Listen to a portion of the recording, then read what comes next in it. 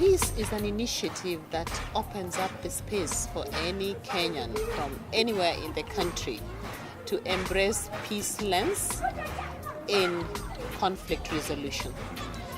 Outside of election period, every other day, part of life, conflict is bound to happen between husband and wife, between employer-employee, between business person and client, between teacher and student, between doctors and government, between one politician and another. So Am4 Peace is an initiative that opens up the space for speaking honestly, openly about issues that affect us in our day-to-day lives, that if not addressed, then will make us, harbor heaviness in our hearts, and that will then subsequently affect every other thing, that we do. But Am4 Peace now, in the period following the August 8th election, appreciates the fact that we cannot bury our heads in the sand, but we need to learn as a country from what we experienced in 2007, 2013, and now 2017 elections, and put in place systems or structures or spaces where Kenyans of all walks of life, regardless of your gender, your tribe, your age, you can just come in and speak about what it is that you're seeing that's not happening okay, that would otherwise then tamper with peace. But the stories I've had today are breathtaking, have taken me back to the drawing board. And I think as a country we need to just go back to the drawing board and reflect. I did not expect to hear stories from 2007, 2008, post-election violence. But the way I heard of them today, they are so fresh. You'd think that they happened just the other day. I think during that time, once the two core principles agreed and there was this, power sharing arrangement, the story ended there. No one came down, to the grassroots to just start asking the men, the women, the children, what really happened to them. The police in Kenya needs to rethink and redefine how they want to engage with Kenyans. Of course, I know very many great police officers, both men and women, but from what we're hearing today, not all of them are so great. And depending on the circumstances, sometimes the sight of a police officer does not exude the confidence of security, but it then means that, what have we done this time? Are they coming to kill us? Are they coming to beat us up? Or are they coming to protect us? We all know that the core business of the forces is to, maintain security and protect property. And I think, the service to all Kenyans really should be their driving force. But I think all is not lost. The women today even asked us next time to bring, police officers so that they also hear it raw, from the horse's mouth. And I think the reason why the women are saying that is what? So that then together as a community, we can help shape the process of redefining police engagement with the citizens and building the trust and confidence in that institution. So ni wakati umefika sisi pia kuelewa ni kwa nini. Na sasa wakati tulipotaka kujua hayo yote ndio tumekutana na haya mengine na pia yametukuta. Wakati wa siasa pia wamama tumekuja kujua wamama hata wale wachanga wanadhulumiwa, hata wale wazee wamedhulumiwa. Na kwa sababu mimi katika roho yangu mimi niko na mambo ya amani, nataka amani na niko na ile passion ya wamama, nikasema ya kwamba sitawachwa nyuma. Kwa maana pia mimi nataka I want to hear the story. Na nataka kusikia hiyo story ili tujue solution ni nini. Hiyo yote ikishafanyika. Solution yetu sisi wenyewe. Tukiweza kukama kuna solution ambayo sisi wenyewe tutakuwa nayo, hiyo itakuwa ni ya kudumu, kwa maana ile wewe unaletewa haidumu, si ndio? Ile umeachwa nayo ndio inadumu, na ile imetokana na akili yako, ile imetokana na ujuzi wako, hiyo ndio inadumu, kwa maana umeweza kuiown.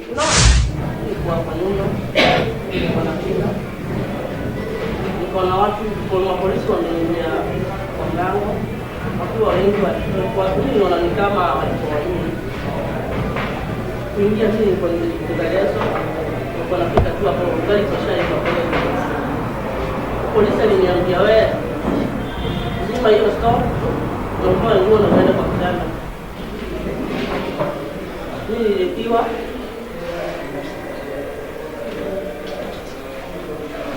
ambaye ndio passport.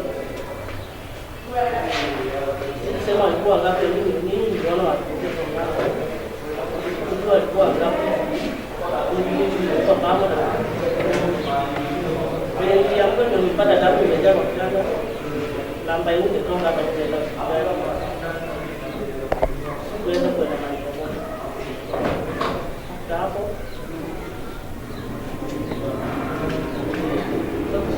mzee wangu alikuwa juu ya ghorofa. Saa kidogo tukasikia kama mtu anaitoka. Msaka akakulia bwanake anamuuliza. Kidogo kumbe bwanake alikuwa amerushwa kutoka foto hadi chini. Sasa Mungu nikapatana mwaga damu. Mgongo imefura, alikuwa ameanguka chini na matabu, lakini kurushwa nasema alikuwa amerushwa mti na kichwa. Tele harakati alikuwa anaanguka kwa kamba, sijui alikitushaje, akakuja kama ameanguka na matabu. Sasa hii hapa nyuma kuna penye kwa hivyo hata sasa bado kuna mshika, na nashukuru Mungu ni mkubwa sana. Hapo kujika hata kutembea naweza tembea sana. Hii uchaguzi ya nilikutwa na watu kwa nyumba wakanileta, akanipiga mkono, akaniuliza mpaka mkuu. Nikapata kama niko kwa nyumba kama sijisikii, rafiki yangu akaingia akanipata kama sijisikii. Akaniambia ndio hospitali, nikamwambia siwezi kwenda juu, hata kitu naweza kwenda hospitali nitibiwe. Akanitafutia rafiki yake daktari, akakuja akanishona kwa mikono. Hiyo nikaendelea kukaranga na maji ya juu mpaka nikapona. Walikuwa mapigano. Nilikuwa mlevi sasa.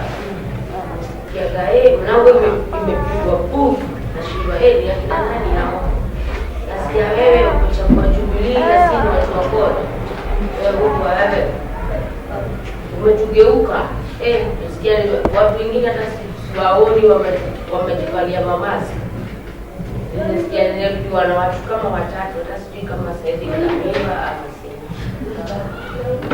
siku ya kupiga kura watu wanaenda kupiga kura kwa sababu ungepata mtu yoyote hapo kwa nyumba anaenda kupiga kura. Kulikuwa kuna kitu mtoto na kama kunaweza kuwa na maumbwa ndio ulikuwa unakutana nalo ukitembea. Watu wote walikuwa wanaenda kwa laini. Lakini baada ya kutangazwa kwa matokeo ni kama sasa watu hawakubali matokeo. Na hapo maaskari walikuwa huko sana marudi kwa malori. Na hiyo siku hakukuwa kulala. Kulikuwa na shooting na kutupa kwa matia gas.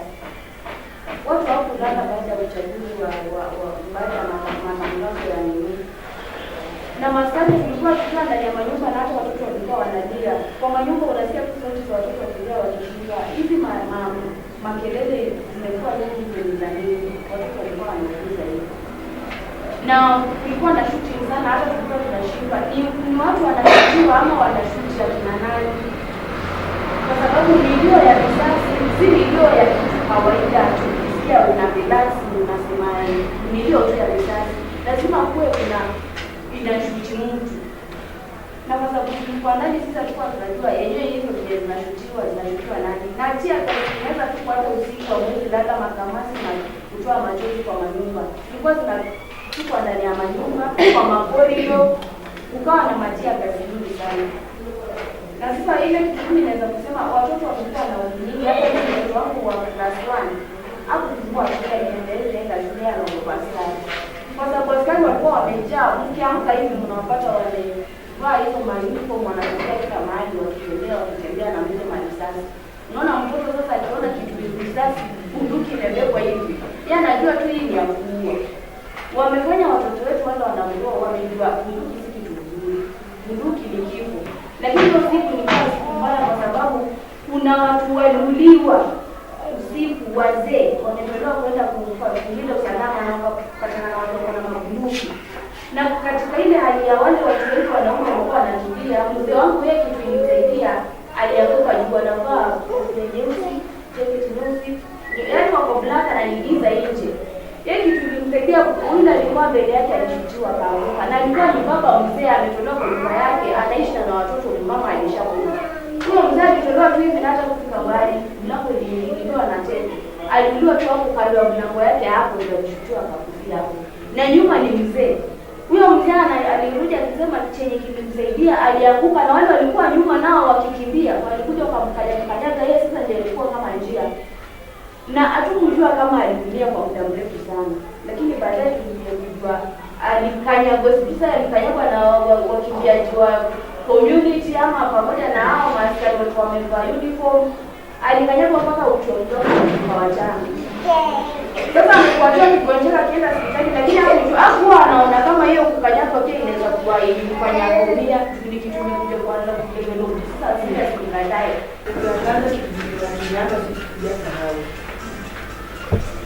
Mambo ya kula ya mimi na kuende hospitali ni kama kitu na mashahara. Kuna bado mfanya upasuaji, daktari anakuja anaenda through hizo files, anasoma. Akisoma pale hapo ni fulani joki anaenda na mhuduma. Lakini kufika unacheza na wino anaziweka side. Na wewe mtu mwenye umefanya upasuaji yenye nafanya dressing ndio tutakusaidia. Sasa kana siku kama ngapi, siku kama 3 atufanyie dressing na ni matiti hizo na ndio sensitive.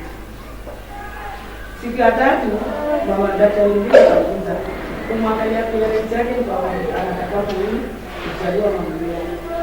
Mimi nikamapproach nikamwambia tu kuna kitu nataka kuongea naye lakini usiseme kwa zinaweza toka hapa vibaya. Nikamwambia wewe tunapitia watu walikuwa wanaletwa sasa hivi sitaona la hapana uone watu wanaletwa mtu amedungwa mkuki lakini jina lake ndio tena akiletwa anaingizwa kwa mwingine kwa hiyo sasa unasikia watu kwa wakisema mbona nao sio ukweli anajua anasemaje huyo mtu akilala kisha unasikia huyo daktari anasema huyo ameshaenda wanaenda kumchukua hatuna shafika kwa safari unja mwingine anaifanyia nini zimaji kwa kidalio aliyewa jamii anasema yani wanajaribu kusema tu mtu ameshakufa. Sasa mimi nilipoenda pole hivyo ninaenda msalani na bado huyo mtu amestop. Mwingine kileo anasema sasa enda sawa. Ukimwangalia anajishona na pole. Hii side na hii side anajishona anajishona. Anaenda na kaa lakini wenye wanaleta nasema gai mwenye anasema nyasa anajishona pale. Mwenye anasema gai tena kama mimi si mwana Kenya pamoja na mimi pamoja na kabila yangu ndio mimi ni mwana niko niingia vizuri. Lakini kitu ya kusangaza ile hata haijani kutoka mpaka wa leo sijali hata kuendelea. Na ni vile sasa kwa mama, behavior za mama. Na inafanyaga hata wale msikie uchungu kama mama kwa sababu uchungu wa mama aujuaye ni uchungu wa mtoto aujuaye ni mzazi. Kuna kijana mwingine alikuwa anafanya hapa Boma. Jirani yangu alikuwa anaishi kwa plot ya shosho yake. Na huyo kijana sasa alikuwa tu ametoka, hata alikuwa tu amenipiga hapo kabla waingie kwangu. Sasa venye alikuwa anafika hapo juu, alikuwa ameenda kununua mboga. Ndio wakasikia wakamkimbiza na mbio. Alafu wamama wenye walikuwa wanakaa kwa hiyo ghorofa ndio walikuwa wanasema ndio huyo amepita hapo, ndio huyo amejificha kwa ile nyumba yake. Yaani wamama walikuwa wanaelekeza wale wanaume wanamkimbiza kwa sababu wamama wako juu na ndio wanashauri penye anapita. Huyo kijana akaenda akajaribu kujificha kwa hiyo nyumba yake, ni jirani ya huyu. Akaenda akajificha kwa hiyo nyumba yake, hapa wakati huo hakujua. Akaenda akajificha kwa hiyo baba. Wakasema ndio huyo amejificha, amejiwekelea magunia zingine ziko juu, ni mtu wa Boma na hizo unajua sisi kitu wanafanya Boma. Ilikuwa mingi akajiweka kwa hizo magunia. Wakasema ndio huyo amejificha. Huyo naye alitolewa hapo tena akateremka akaenda mpaka pale chini kwa mkaribu kwa mto. Imagine hapo ndio walimshika, wakamua na wakamweka kwa mto. Mama yake anaishi alikuwa I don't know whether hata wakati mamake anaitwa Kenya, alikuwa anaishi hapa Kenyana, nyumbake ilikuwa Kenya, hapo polisi kijengwa, huyo mama ni bake ndio hapo alikuwa anaishi hapo. Lakini walikuja sasa, sisi hatuwezi toka, hatuwezi ongea juu tuko wachache pale, na wakati huo watu wameenda, nimebaki kwa hiyo nyumba peke yangu. Sasa nikanyamaza hivyo na huyo kijana akakufa hivyo. Ikaniweka uoga mpaka wa leo. Siwezi hata kijana wangu sasa hivi mkubwa, hata penye kuna hii mambo siwezi kumkubalia akija kuniona kwangu. Yaani kijana wangu aliteremka Facebook ukiwa na mambo ya election. Juu ya kile niliweza kusikia na huyo kijana akauawa. Vile mnajua hii uchaguzi imepita, mnajua vile Facebook ilikuwa. Kama mnaishi Dandora, saa zile walitangaza tu hivi, wakati ule Chebukati nakumbuka akisema ati kama unalala amka. Tukaanza saa 5 na akasema yale alisema. Yale tulipitia hapa chini, nafikiria huyu shosho anajua, ule mama anajua, ni wale tunakaa na Facebook. Now come Saturday, ilikuwa Friday. Kama Saturday watu tulikimbia, tukakula tear gas, tukafanya nini. And then saa 5 saa 6 ulikuja kukatulia, tukafikiria kumetulia. Nikatoka kwa nyumba, because mimi naishi pale chini kabisa. Nikaona nikikuja hivi juu polisi walikuwa wamekaa hapa kwa stage. So nikaona nipite njia za chini. Kwa nilikuwa nataka huku juu huku phase 4 hakukuwa na business ilikuwa inaendelea. So nikaona nikipita hizo njia za chini na itafika phase 5 angalau nipate kitu. Kwa sababu kumenyamaza na tukaassume maybe polisi wameenda. Kumbe nilikuwa najidanganya. Wakati niliteremka tu mti mmoja hivi niende nipige kona moja, nikawaona. Nikashindwa sana nitakimbilia wapi. Vile mwenzetu amesema mbaba anaweza kimbia, lakini mama hawezi kimbia. Hata si kwenda steps 2 walikuwa wamenishika. Walikuwa polisi wawili. Na vile nimesema mimi ni Mluya. Na siwezi jua labda ule alinifanyia ni Mluya. Juu hiyo saa ikifika hawajuangi wewe ni kabila gani. But wamepata. Sema ukweli wenzangu, mimi nikisikia hiyo uchaguzi inakuja, sijui nitaenda kujificha wapi. Because siwezi imagine chenye niliona tena itaritiwa. Na vile mwenzetu amesema hapa, sisi wamama ndio huwa tunapitia kwa shida. Because hata kama uko na mzee atakusaidia, anaweza hata toroka kuacha kwa nyumba. Because mara utakumbuka, because mimi nilikuwa naenda kutafutia mtoto chakula. Kama angekuwa mtoto labda singetoka.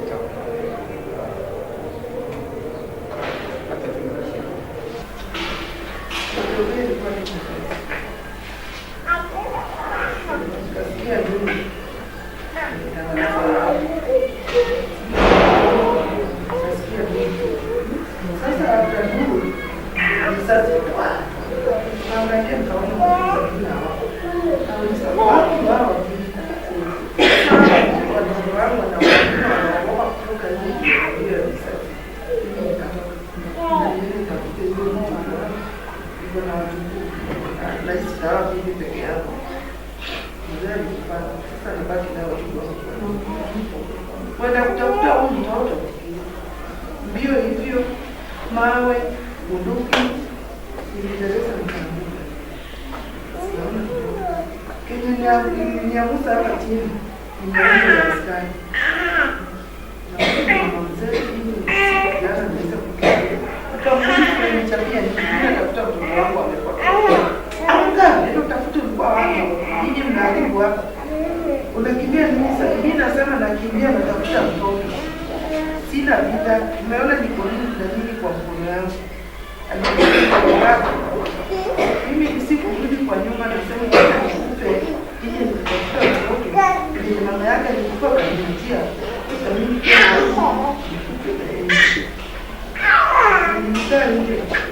sikurudi kwa nyumba. Mpaka nilikuwa hata uwezi kutoka. Uwezi kukimbia penye nimepata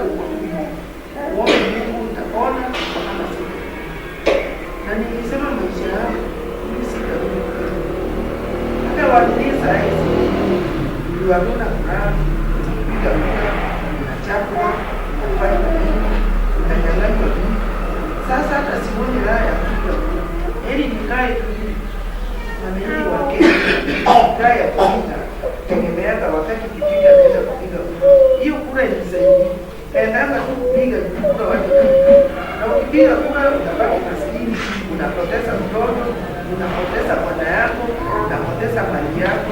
Sasa hii kura tasmoni hali ya kupiga ili mtu akae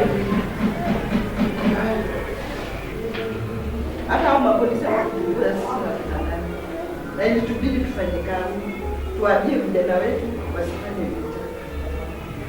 Haya, baadaye tutaweza kupatrol na sisi wenzangu. Juu watu wakijijua wakijua tunafanya nini, tunafuatilia zile sababu zimefanyika kwa kijiji, ndio baadaye tupeleke ripoti. Sasa nilifuatilia nipata kisa ya ule mama, kisa ya huyu ingawa kutoa ye naye hajanaisha naitwa Gawani. Hapo Gawani walijaribu kuingia after kudhuru ule bwana ya ule, walitoka nje na wakatoa kijana mmoja.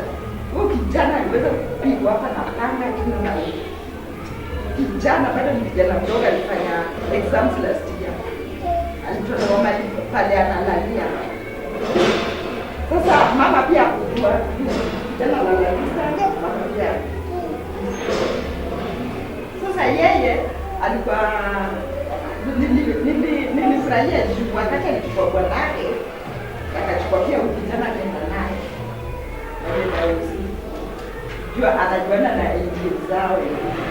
Alafu hapo ground floor pale naishi pia sijui ni first floor, kuna kijana alitolewa akapigwa wakamwa karibu na yake. Huyo kijana alichukuliwa na MC na MCA kitu saa sijui kwa saa 4 saa 6 walikuja kumchukua. Kisa ya huyu naye akakubania nyumba ya ploti ya kina huyu, hao wakakuja sasa kukubania ploti ya kina hao. Sijui nani alifungua hiyo geti ya kwanza. Nzuri kwa kuna geti nyingine tena ya kuingia nayo first floor. Geti ziko mara mbili. Ile ya kwanza ilifungwa. Hii ya pili kuna ilifungwa. Na ukitoka kwa hiyo geti kiingia hivi na unaingia kwa yao. Sasa walijaribu, walikuwa na faida hiyo geti na huyu pia alijaribu kuingia. Na hapo kuna former MCA mwingine anaishi hapo.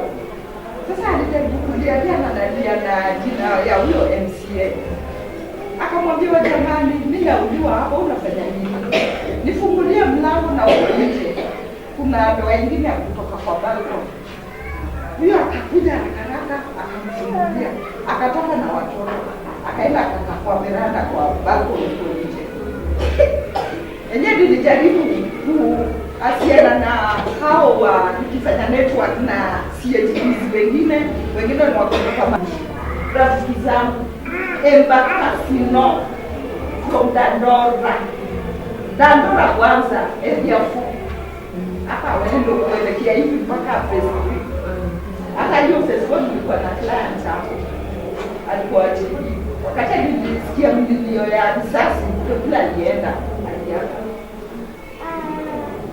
Sasa ni wakati walisimamisha kwa Dandora walisema changamoto kwa Dandora changamoto iko Kariobangi, Darfur chini. Tafadhali mtusaidie hapo. Hata wakati mmoja tunaomba tusaidie. Mimi kama CHP naomba mtusaidie. Nilisikia haya wengine wakisema wenzetu kama Embakasi West huko wakisema nini mlipata aibu watu wa Embakasi nao. Si hatujawahi kusikia maneno kama hizo. Sasa naomba sisi tusaidie. Hizo mavita hata sisi tukirudia huko kwa na result. Tusipate hiyo changamoto, tafadhali nimewaomba. Mume wako unaishi na yeye na mtoto wako. But ilifika extent mpaka kwa nyumba hawezi kutoka.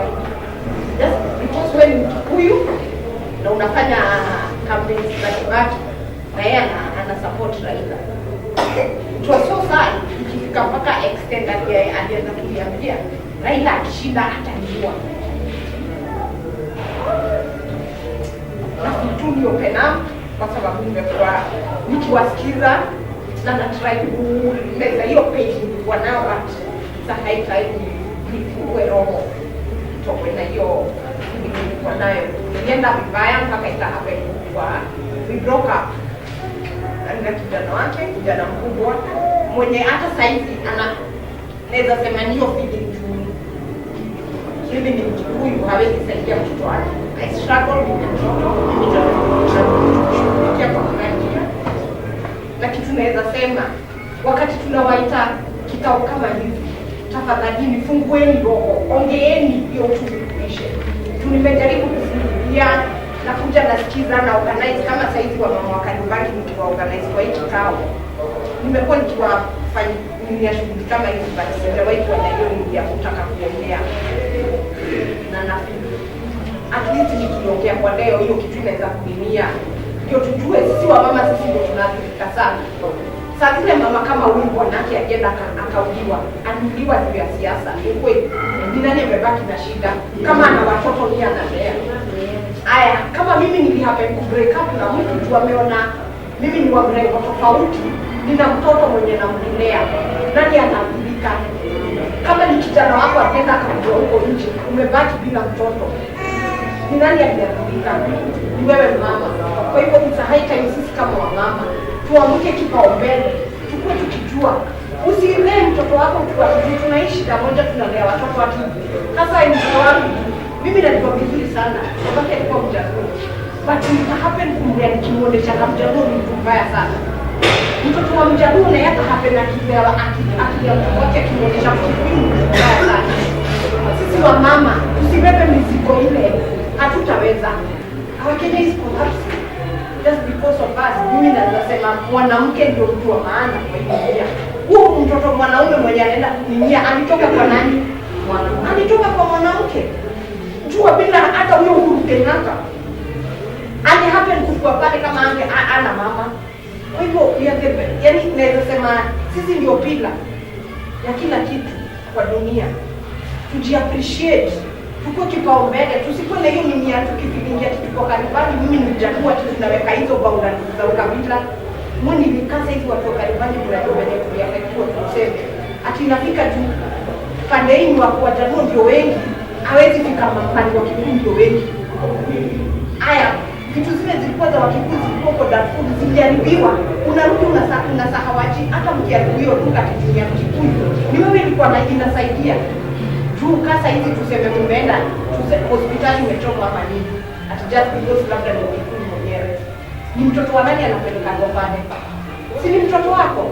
It's a high time to appreciate change na tujue sisi ndio tutakuwa kipaumbele kuonesha kila kitu inatokana na sisi na tunaweza. Hayo. It's high time watu wa change tabia kusema kitu ya kabila fulani misuse. Bila yako huwezi taka iharibiwe, usiharibu ya mwingine. Bila wewe kama Mjaluo huwezi taka Mkikuyu akukatakate juu ya nyumba yako.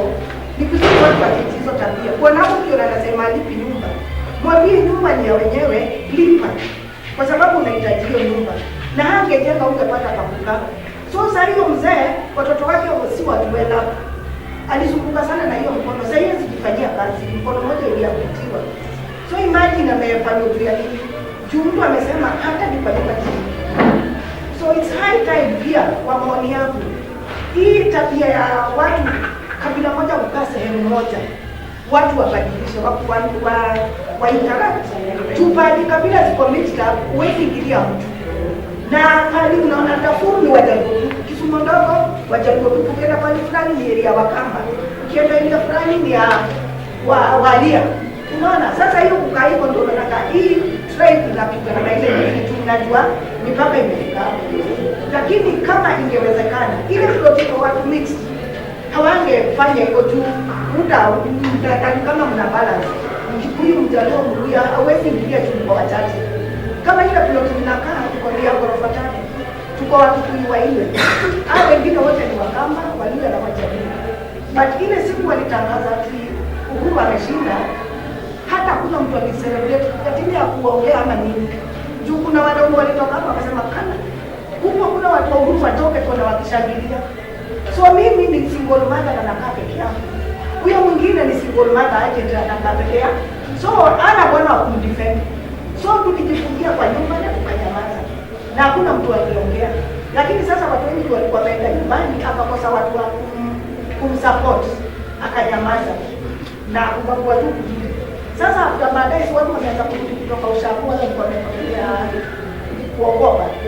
Sasa hii walisema hii ya Maraka. Hiyo sasa ndio iliharibu mambo. Juu sasa wajaluo walishauri wakati kusema na mtu kwa tele, mtu akipa tena maua nini. Mmoja akasema mkikuya toto na nikimwambia acid na tumefesiana mlango. Sasa mimi nikashika huyu baba tunaongea na naye vizuri. Tunasalimiana vizuri. Mbona sasa yeye anasema anaweka acid hapo mkikuya kutoka amchome na acid. So tulikaa kwa nyumba na ukatoka unaogopa mpaka kwenda kwa choo. Tujue kama atakao kutia asili yake kuchua akuchome. Baadaye vile kulitulia waliongea vibaya wakatukanana, lakini wakarudi wakakula. Basi tukajaribu kuambia wao wajaribu kukaa na amani. Mungu akishinda ama raia akishinda ni haki yake, lakini wawache tukae tu na amani na tushirikiane. Juu sahi akigonjeka aende hospitali na ahitaji damu, labda damu yake ni ya duniani. Sitasema juu mjaluo damu yangu isiweko kwa ya mtu isiweko kwa mwili yake. Atawepo na itamsaidia juu damu ile moja ya kuzi. Kwa hiyo it's time ndio hivyo. Watu wawache kukaa kwa kabila moja bali pamoja. Watu wameingia kwa nyumba. Walikuja kwa kutoka mlango na wakaingia. Lakini walikuwa kwa that. Walikuwa na rungu na nini, lakini ilikuwa kwa watoto yangu. Watoto walikuwa washaenda sikukuu nyumbani. Sasa kwenye waliingia, ikahapa hivi nikapata most of them were working at home. Alafu sasa nakitetemeka. Watu najua kuna ndugu wako sasa sijui wanataka kufanya nini. Wakakuja tu mmoja, walikuwa tu watu wakaaji kwa hapo na wengine wa hiyo wakaingia wakaanza kuniuliza. Huko walikuwa wananizoea kuniita babani. Wakasema mama mzee tumekuja huku kwako. Nikawaambia karibuni mjisikie huko nyumbani. Wakasema hatutaki mambo ya karibu saa hii. Saa hii sio ile maisha tunaishi nayo. Saa hii tuko wakati mwingine. Nikawauliza, nikaita mmoja chini. Nikamuuliza, hata wewe mnatakaje? Wakaniambia enyewe, huyo akasema, enyewe mama mzee tunakupenda. Na wewe tunajua ni mmoja wetu hapa. Lakini kwa wakati hii tunataka tukutoe hapa. Tukutoe hapa kwa sababu ni kibaya. Nikawauliza, tunataka kukutoa hapa na mpeleke wapi? Wakaniambia, sasa venye tunataka kukutoa kwa hii nyumba, tunataka tukupeleke phase 3. Phase 3 ndio kuna wakikuli wengi. Mimi nikauliza, Mungu kanipatia kitabu. Juu nilisema tu sasa kile kitabu ni hapa ni Mungu. Juu hakuna venye nikaweza kusema watu mmoja ndani kwa nyumba na wako arms ya Mungu kwa peke yangu. Mimi nikawauliza, sure. Juu watu najua nawaita tu bila na mlipa fulani, sure. Unaweza kuja kuniambia kitu kama hiyo. Nimeishi hapa since 1989. Na venye mmekuja hapa mkanipata, niliwakaribisha kama jirani. Na tukaishi na nyinyi vizuri. Na hiyo miaka yote tumeishi kwa hapo wenyewe. Imefika wakati mnaniambia mnataka kunipeleka Facebook kwa Wakikuyu. Nikawauliza, ni Mkikuyu gani mnaidentify mnataka kupeleka kwake? Mnaitoa kwangu. Wakaniambia, hapana wewe ukishafika hii bagari hii grao. Wewe ukifika huko utaongea Kikuyu na utasaidiwa na hao Wakikuyu. Mimi nikamwambia wacheni niwaambie. Mimi nimeishi na nyinyi. Mumeona Wakikuyu wangapi wanatembea kwa nyumba yangu? Kama sio nyinyi, watu wenzangu naita brothers and sisters wangu mnatembea hapa kwangu. Mmoja akasema hapo ni kweli, mimi hata sijai kuona huo urafiki na sijai kuona hao Wakikuyu. Na nikauliza, na leo hii sasa mnataka kusema mimi hatuishi na nyinyi pamoja, mnataka kunipeleka pahali sijui. Mimi nikawaambia, inshallah nikawaambia, kile mnataka kile mmekuja kufanya ama vile mnataka kufanya, mtaendelea tu kwa sababu kama mnanipenda vile msema mnanipenda, unless mnichukue mniweke kwa nyumba zenu kama mnataka kujikiga na watu mnasema wanatoka kwa Mungu ama watu. Lakini mimi kama sio hivyo, mnilinde nikiwa kwa hii nyumba yangu. Sasa hiyo bwana wangu hakuwa alikuwa ametoka. mnilinde nikiwa kwa nyumba yangu, lakini siwezi nikatoka nje. Wakawa wakaanza kujadiliana. Walikuwa naulia sasa lugha ya mama. Kuna ile naelewa kidogo. Sasa nilikuwa najaribu kushikanisha hizo watu. Wakaanza wakaona wengine wanasema hapana, huyu mama tumalizie, tuachane na yeye. Lakini wengine wakasema hapana, huyu mama amekuwa msaada hapa kwetu.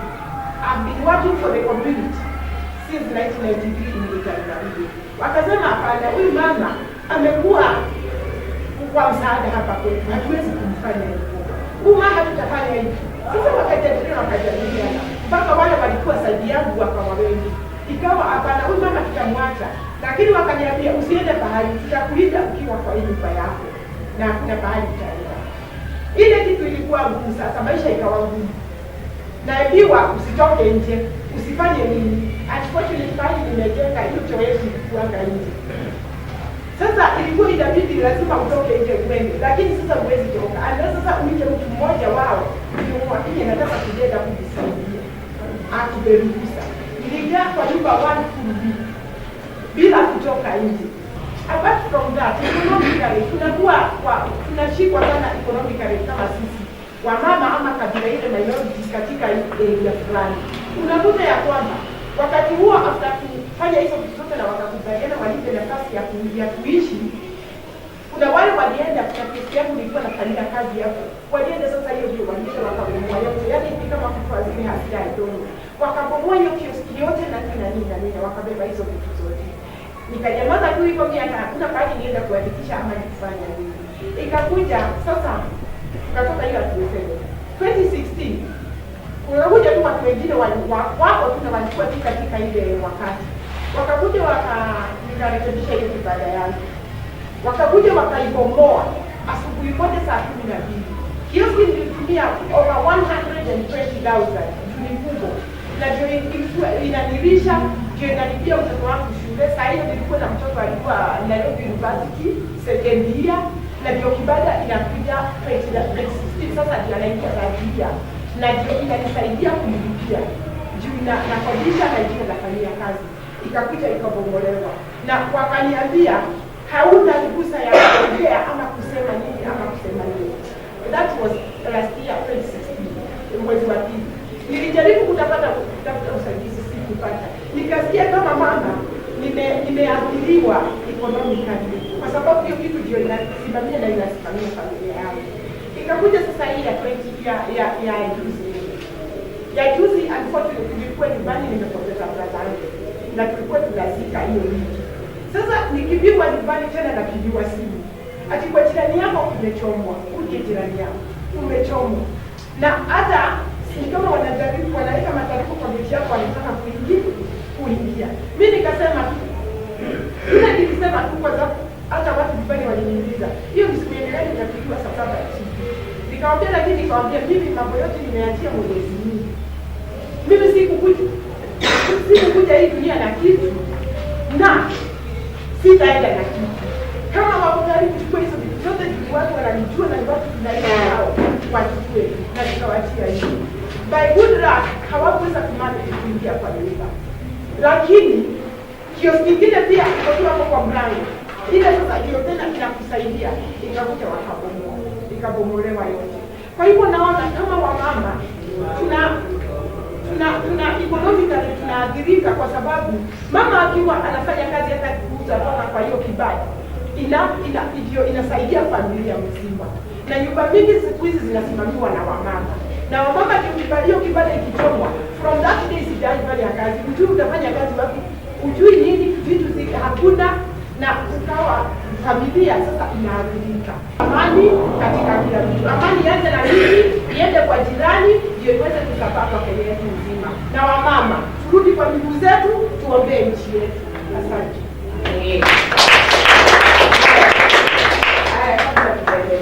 Unajua hata nyumbani huko kwetu kule mimi nimetoka tuliambiwa kabila fulani.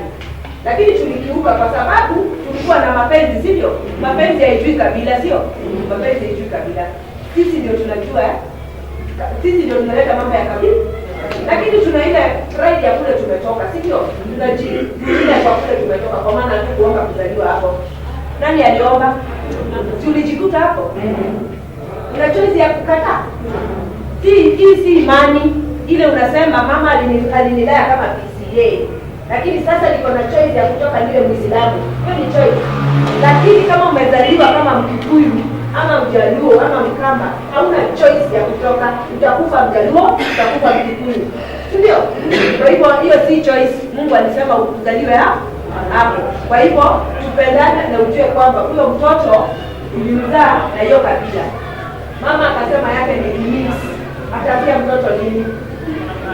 Atamwambia ni Kenya, na kama lugha atapata ya mama sawa, akipata ya baba sawa, si ndio? So hata sema yeye alilelewa kama Mkikuyu ama nini. Kwa hivyo sisi ni wamama tuko na jukumu kubwa sana, na tunaanzia hata wale wamama wachanga, wale ambao tuna ile don't care attitude. The small girls wanazaa wako na don't care attitude, anaambia mtoto anything. Haida mama ni Mjaluo, si ndio? Nini shawaisikia? These young mothers, the way we talk to our children. Hiyo ndio tunafaa tujue, tunafaa kuacha na kujua sisi ndio tunaleta hii maneno yote. Na tusipochunga tutaenda kizazi kingine na kingine, Kenya itabadilika. Lakini tuna uwezo wa kubadilisha kizazi hiki tuko, ili wengine wakija watakuta tushabadilisha. Mimi najua hiyo inawezekana. Hata kwetu tunasema kwa ukoo kuna mambo wewe unaweza badilisha ambayo ilifanywa, sio lazima ufanye, si ndio? Ambayo yalikuwa mabaya, na unaanza kizazi chako na maneno mapya, si ndio? Ambayo mengine ni sawa. Kwenye hizi story tunasikia ya kuwa hata shida sio sahihi. Hii ni shida ya ilianza, tunaishi kwa uoga. Hata kama jiwe imeanguka hapa Zaipa, tunashuka, ndio? Kwa sababu ya yale yote tumepitia every 5 years, wakati tuko na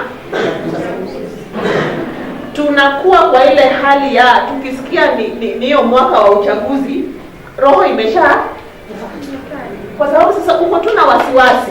Kama wewe tuseme ni Mjaluo umeishi kwa Wakikuyu, wewe ni Mkikuyu umeishi kwa Wajaluo, na hata kama wewe ni Mkikuyu umeishi tu Kikuyuni ama Mjaluo kwa Ujaluoni, huwezi jua ya kuwa vita itatokezea style gani, pattern gani.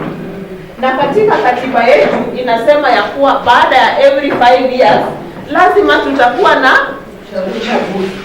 Na kila uchaguzi inakuja na pattern yake, si ndio? Tukiona 2007 2008, mimi ilinikuta Kisumu na nilikuwa naishi Kondele. Najua hata kama kuna mtu hapa hajawahi enda Kondele, lakini unaijua ni kama na niliishi kwa flat ghorofa hivi namba 3, alafu kulikuwa na namba 4 na kuna wenye walikuwa wameishi chini. Hii ghorofa ilikuwa imebeba kila mtu, kila kabila, na hatujawahi kuwa na issue. Kuna wakati mimi mfanyikazi wangu wa nyumba alienda na kijana wangu mdogo, wakati huo alikuwa sasa amekuwa 18, alikuwa karibu miaka 7 hivi, na lazima niende kazi mimi. Sasa naachia huyu mama jirani yangu Mkikuyu kifunguu ya nyumba yangu. Huyu mtoto akiletwa na gari ya shule, si ndio? Nyuma ndio hiyo. Kuna tambo sako iko na uji, si ndio? Sasa mtoto mfungulia mlango aingie. Akiboeka hapo, we mchukue, kaa naye kwa. Kuna wakati huyu mama pia akajifungua mtoto wake wa kwanza. Na hiyo childbirth ilikuja ngumu, akapasuliwa. Baada ya kupasuliwa, sijui hiyo operation kuliendaka aje huko. Mtoto ni mzima, lakini huyu mama karibu anataka kukufa, si ndio? Aliingiwa na infection sijui nini, amepelekwa theater mara ngapi, na ako provincial hospital Russia, inaitwa Russia, si ndio? Kwangu wakati huo na Russia unatembea tu. Mtoto ni mzima. Huyu mama ni mama mdogo, bado ni kasichana hivi Ndio? Sasa inabidi mimi ndio nijipange kazini. Asubuhi napeleka mtoto wangu shule, nimebeba kauji. Naenda kuona huyu mama hospitali. Mtoto amewekwa kwa nursery, lakini provincial, unajua hospitali ya serikali lazima pia ukae hapo uangalie ya kwa mtoto wako anatendewa poa. Nilikaa na huyu mama karibu mwezi mzima, na sio relative wangu, ni jirani tu.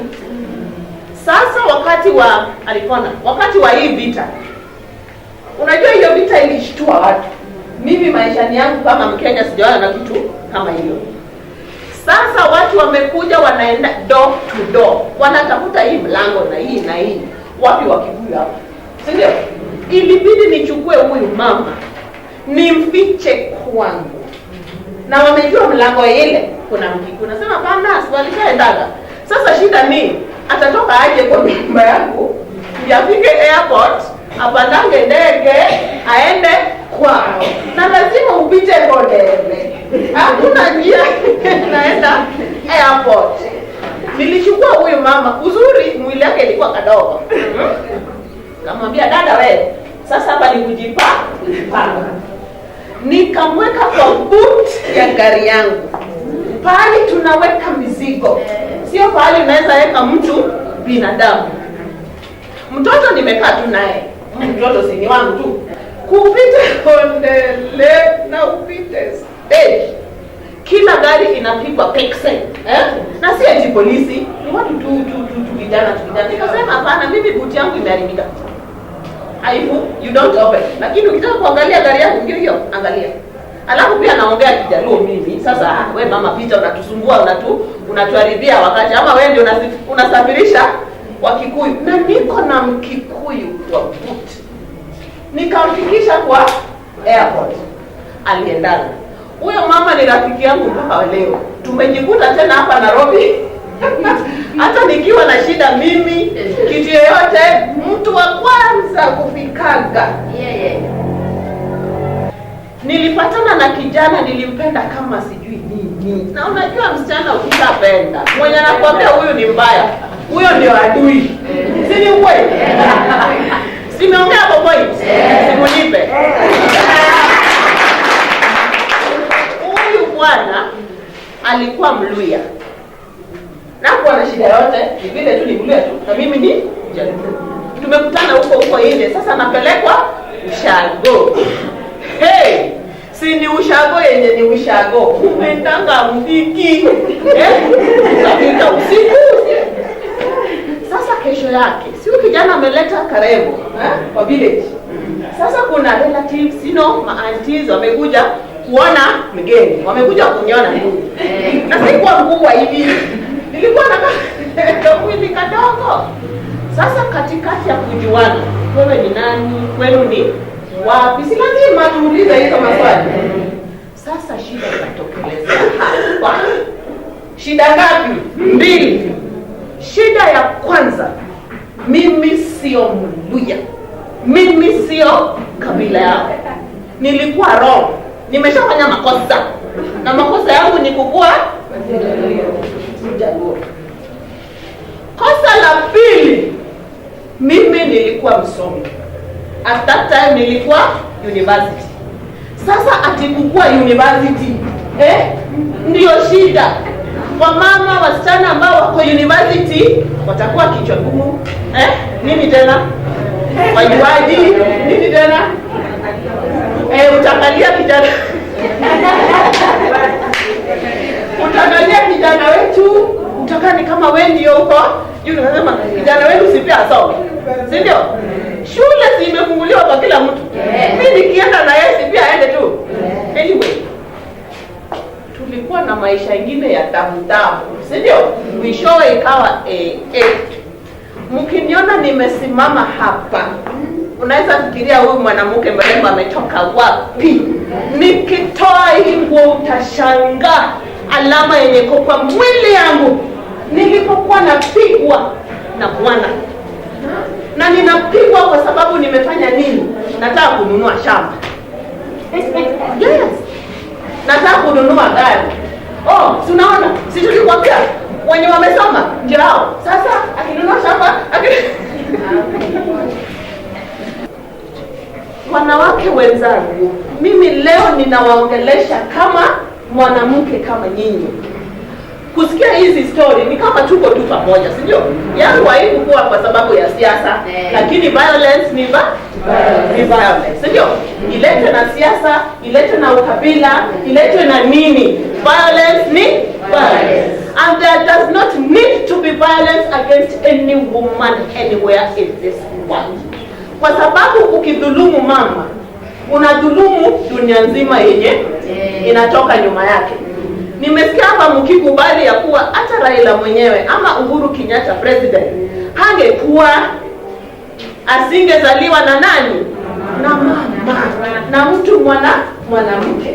Hata Yesu mkombozi wetu alikujaje dunia hii kama haingekuwa mtu mama aliyemleta? Tuko na very many things yenye natuunganisha kama wamama, na pia tuko na very many things ambayo inatutenganisha kama wamama. Kama wamama ndio unaweza simama juu wanasema ndio ile pale ameingia pale, mtoto wenyewe anakundwa Sasa hapo sisi ni wanawake namba gani? Sisi ni wanawake namba grade gani? Unaona?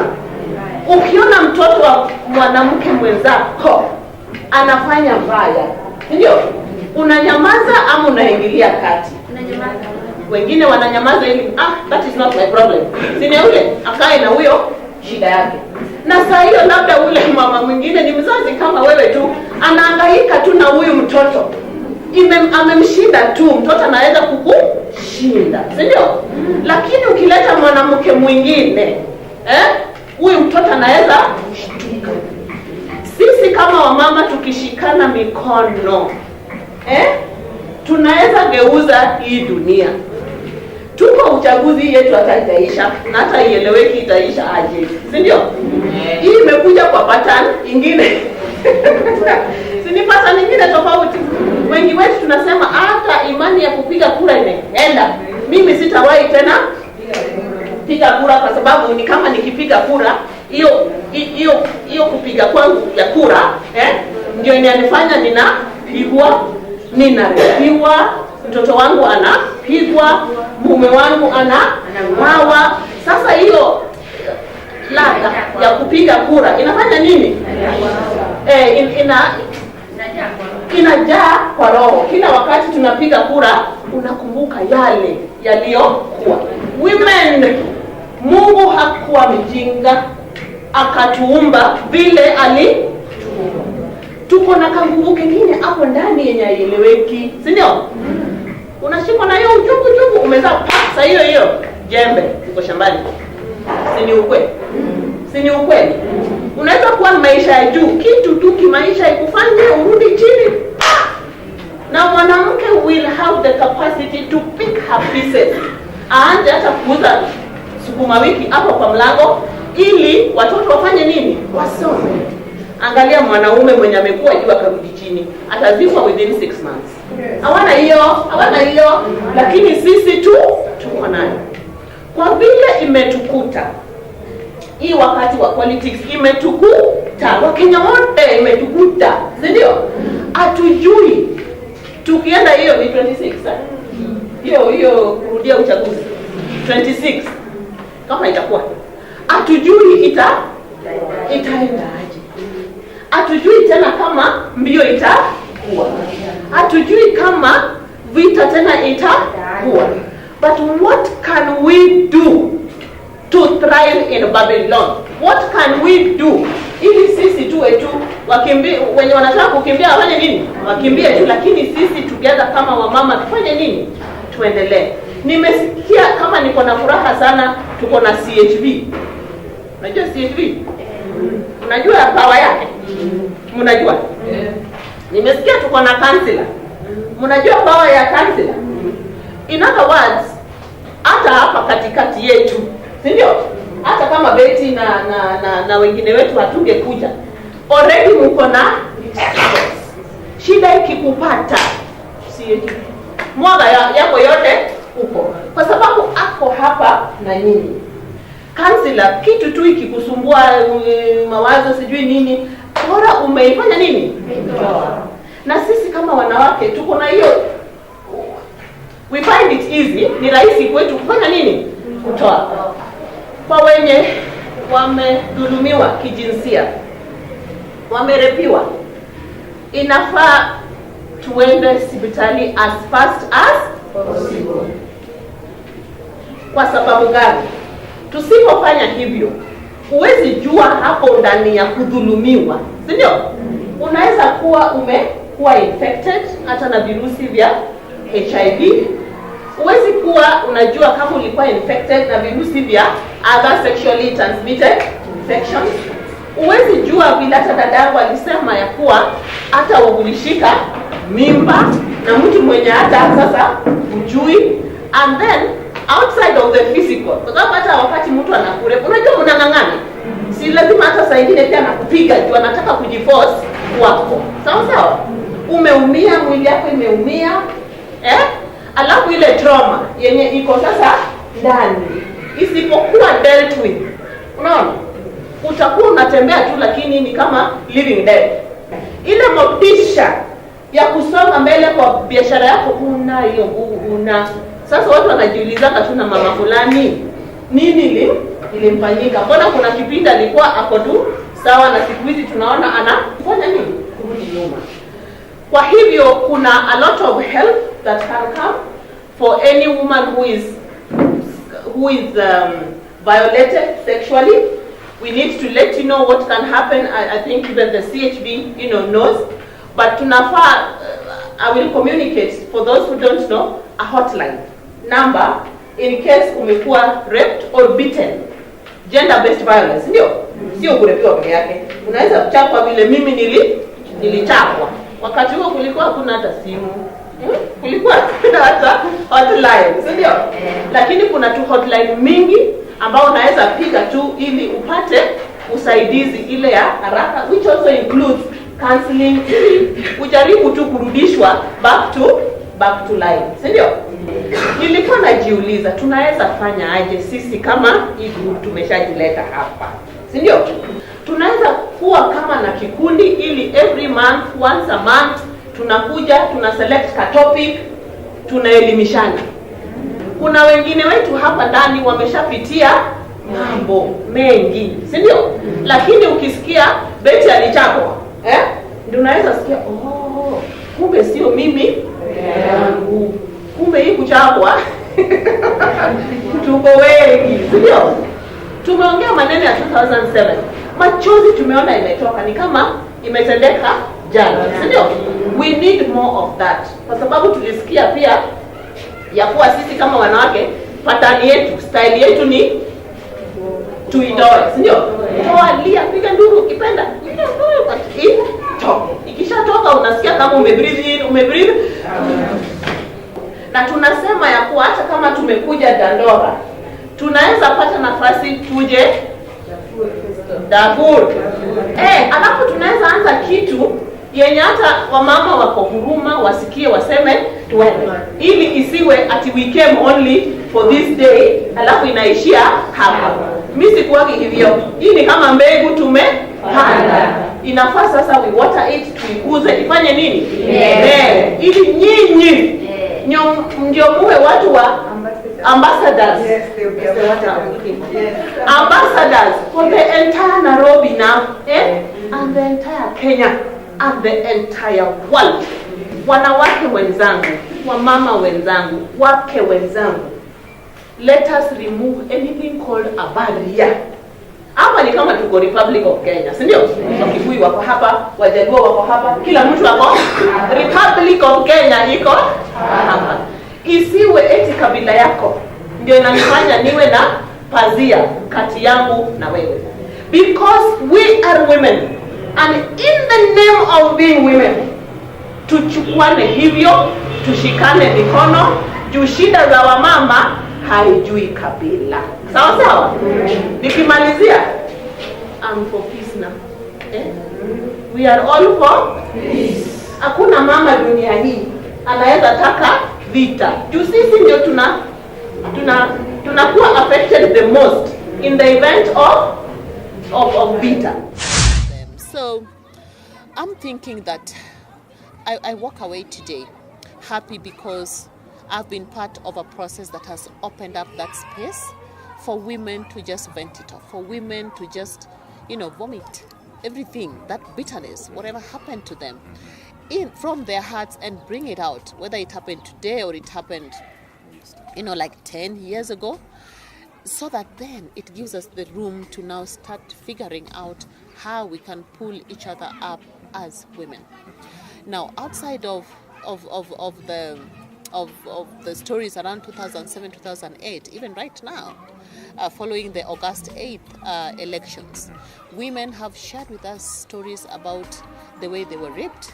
Women have told us about some Wakikuyus living in Luo-dominated areas, and they saw their husbands, their sons, being shot and being cut into pieces. Just the other day, we've seen those who were like Luos living in houses owned by Kikuyus, for instance, being threatened and being literally kicked out of the houses in the night. We've heard stories about police officers, moving into houses of women who are just in the houses. These are not women who are walking, on the road. And then they get raped to the point of they lose consciousness. There's even an elderly woman who was going to the market to buy food for her own child, and she just walked in the wrong place. She met a bunch of police officers or security officers, and she was just raped right there by the roadside. This is heavy. This is heavy.